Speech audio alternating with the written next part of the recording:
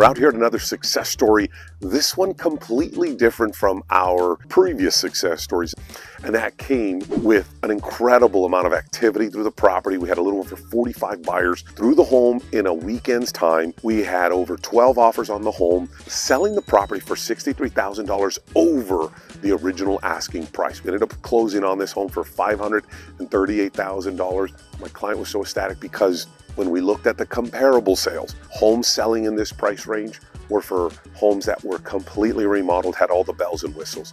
So to get that price in this kind of market and the condition was a big win for everybody. And what I'm getting at is, if you're thinking of selling your home this year, let's say the home isn't in the best of condition, but you'd like to see what the market could give you, give me a ring, reach out to us. We'd love to help you. And who knows, we could be doing a success story on your home.